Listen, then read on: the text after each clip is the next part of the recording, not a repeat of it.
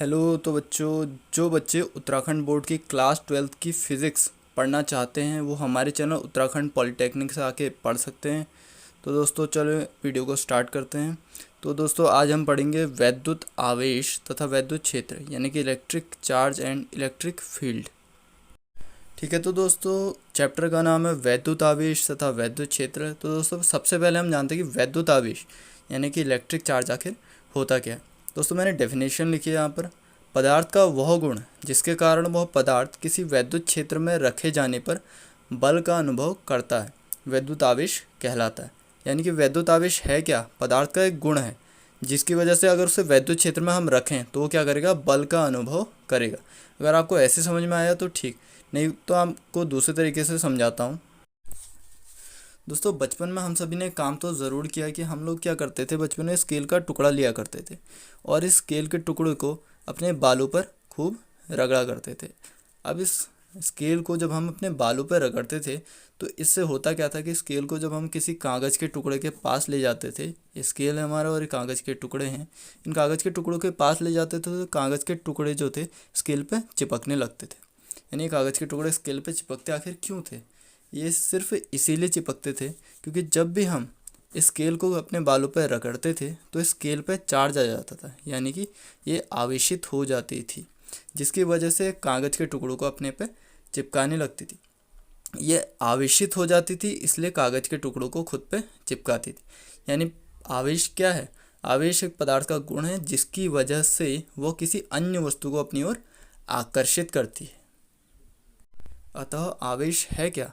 आवेश पदार्थ का वह गुण है जिसके कारण कोई भी आवेशित वस्तु जैसे कि ये छड़ दूसरी वस्तुओं जैसे कि कागज को अपनी ओर आकर्षित करती है।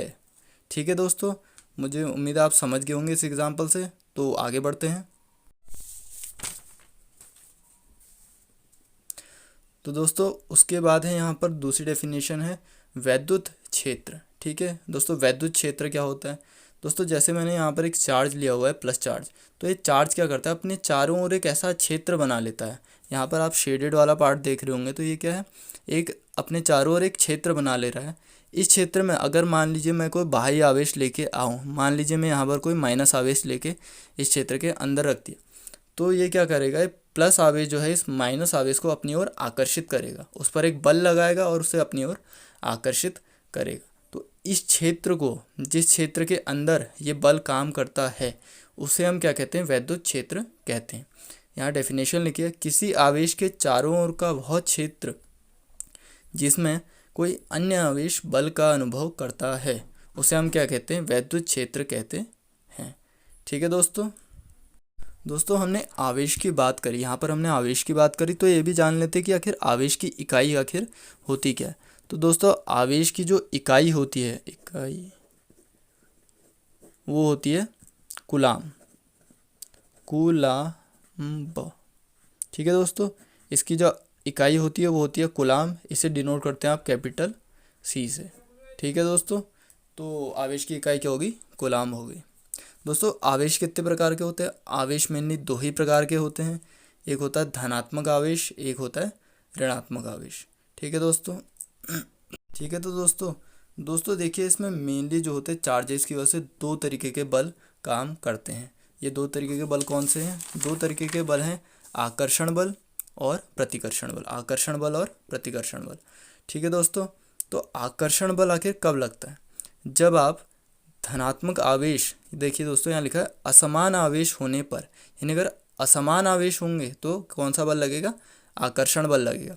मान लीजिए मैं धनात्मक आवेश के सामने एक ऋणात्मक आवेश ले आता हूँ, तो दोनों आवेश कैसे हैं? असमान है, एक प्लस है एक माइनस है, तो ये दोनों क्या करेंगे? एक दूसरे को आकर्षित करेंगे।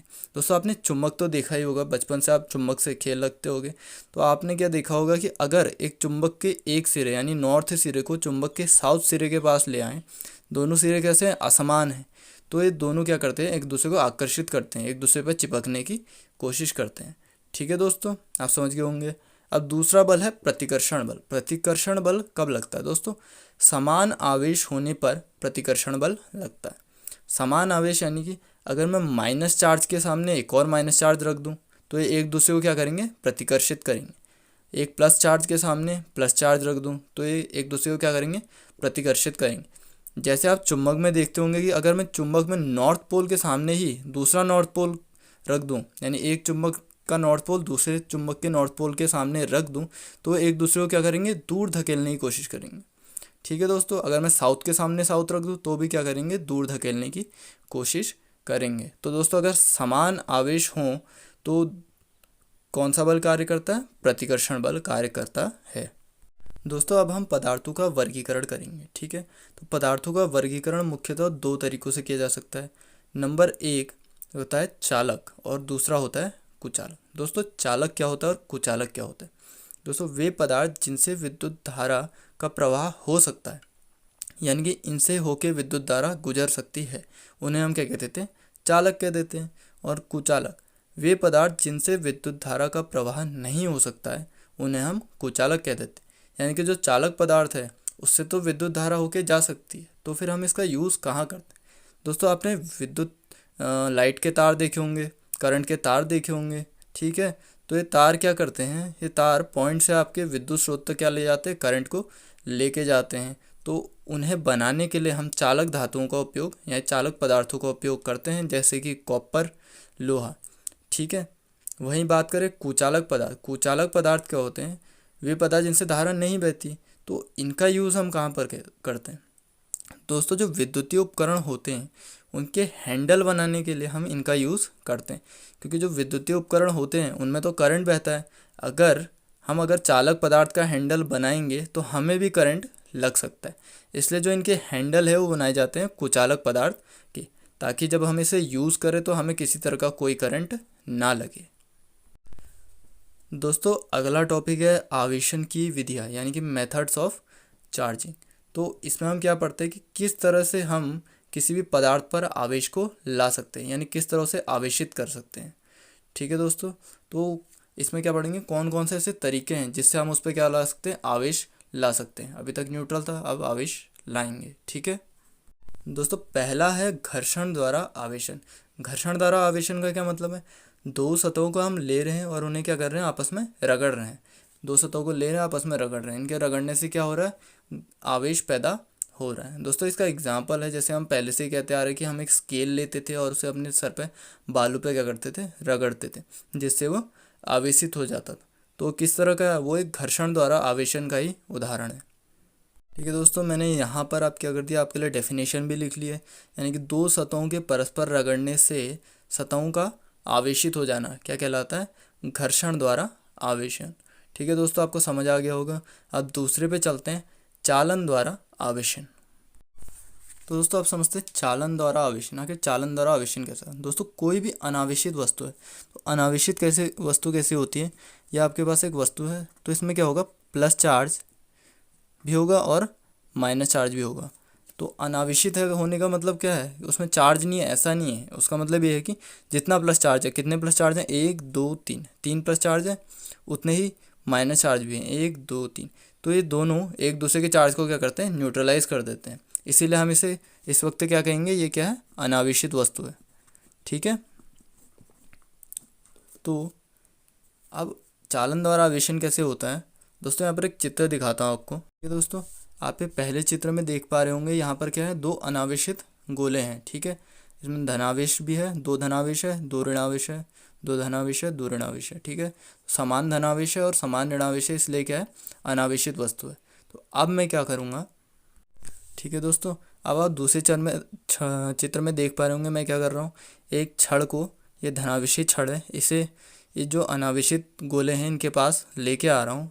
तो देखिएगा अब क्या होगा। ठीक है दोस्तों, तो आप तीसरे चित्र में देख पा रहे होंगे कि जब मैं इस धनावेशित छड़ को इससे लाके चिपकाता हूँ तो क्या होता है, जो ये ऋणावेश थे, कितने ऋणावेश थे, 1 2 3 4, तो ये 4 ऋणावेश क्या होते हैं, आकर्षित होके इस पहले वाले गोले में आ जाते हैं।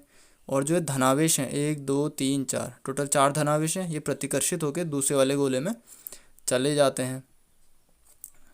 दोस्तों इसके बाद हम क्या करते हैं कि इन दोनों गोलों को, एक में तो ऋणावेश आ गया है और एक में धनावेश आ गया, इन दोनों को अलग अलग कर देते हैं। ठीक है, तो जो इसमें ऋणावेश आ गया है और इस वाले में क्या आ गया, धनावेश आ गया है, तो इस तरह ये दोनों क्या हो गए, अब चार्ज हो गए हैं। इसके बाद हम क्या करते हैं कि जो ये धनावेशी छड़ है इसको भी हटा लेते हैं।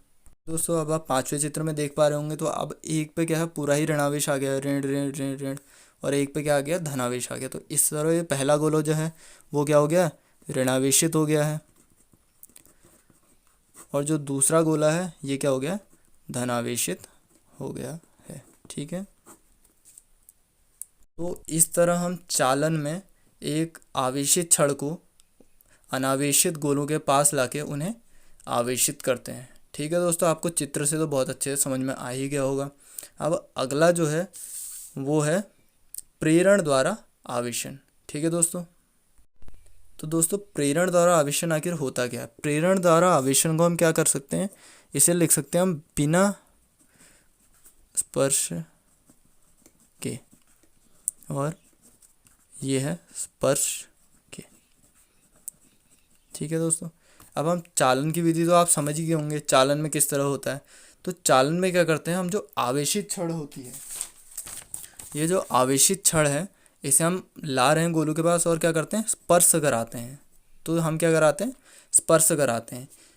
अब जो आपका प्रेरण द्वारा आवेशन है उसमें भी इसी तरह होता है, यानी पूरी प्रक्रिया क्या है, समान ही है, लेकिन क्या होता है कि हम इसमें स्पर्श नहीं कराते। हम छड़ को पास में बेशक लेके आते हैं, लेकिन इस गोले से हम छड़ को स्पर्श नहीं कराते हैं, और स्पर्श नहीं कराते हैं तो बाकी प्रक्रिया पूरी ऐसे ही चलती है। तो बिना स्पर्श के हम क्या करते हैं, बिना स्पर्श के चालन द्वारा आवेशन को ही हम क्या कह सकते हैं, प्रेरण द्वारा आवेशन।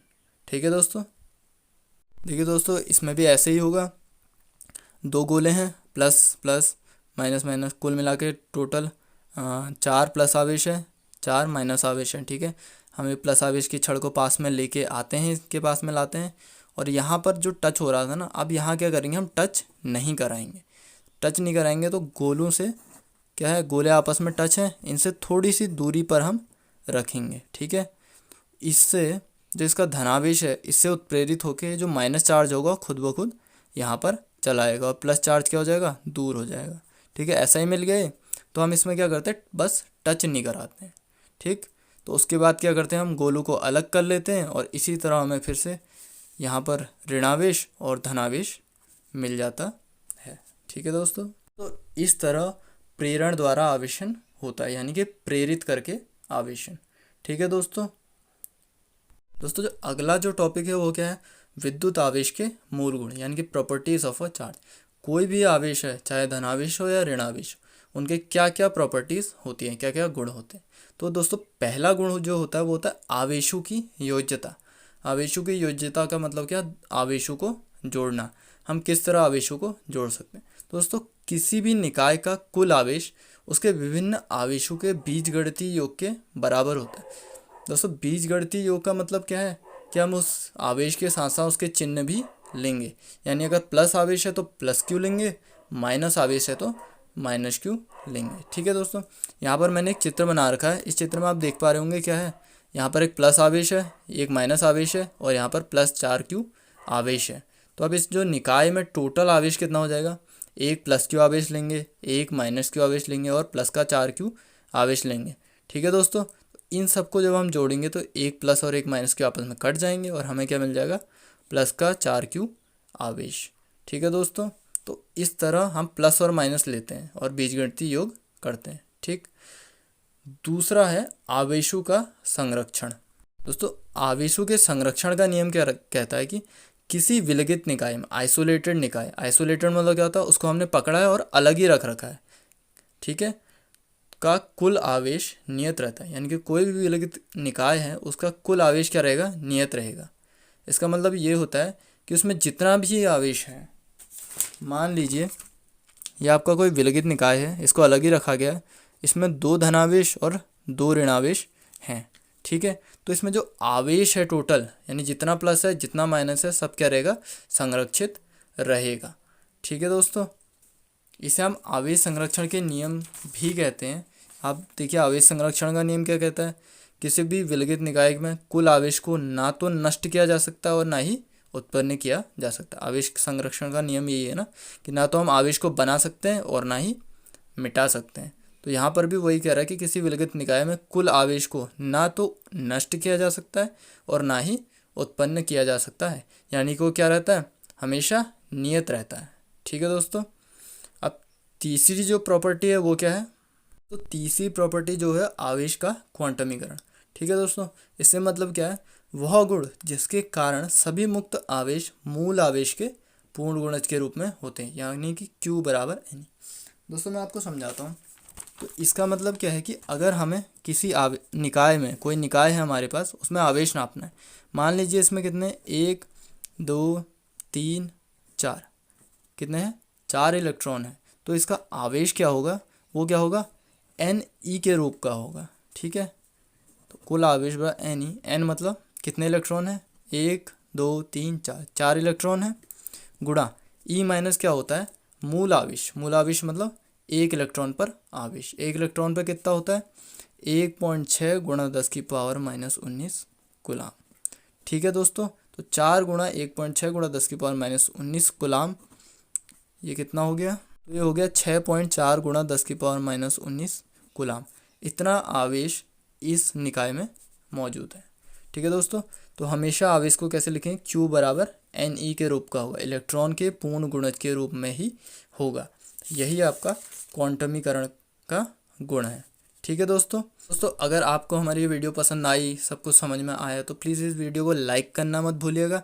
और अगर आप हमारे चैनल पर और आगे पढ़ना चाहते हैं तो हमारे चैनल उत्तराखंड पॉलिटेक्निक को सब्सक्राइब करना मत भूलिएगा। ठीक है दोस्तों, यह है उत्तराखंड पॉलिटेक्निक, आप यूट्यूब पर सर्च कर सकते हैं, इसे सब्सक्राइब करना मत भूलिएगा। और अगर आपको कोई सवाल है, डाउट है, तो नीचे कमेंट करना भी मत भूलिएगा। तो दोस्तों चलिए आज इसी के साथ आज की वीडियो करते हैं समाप्त।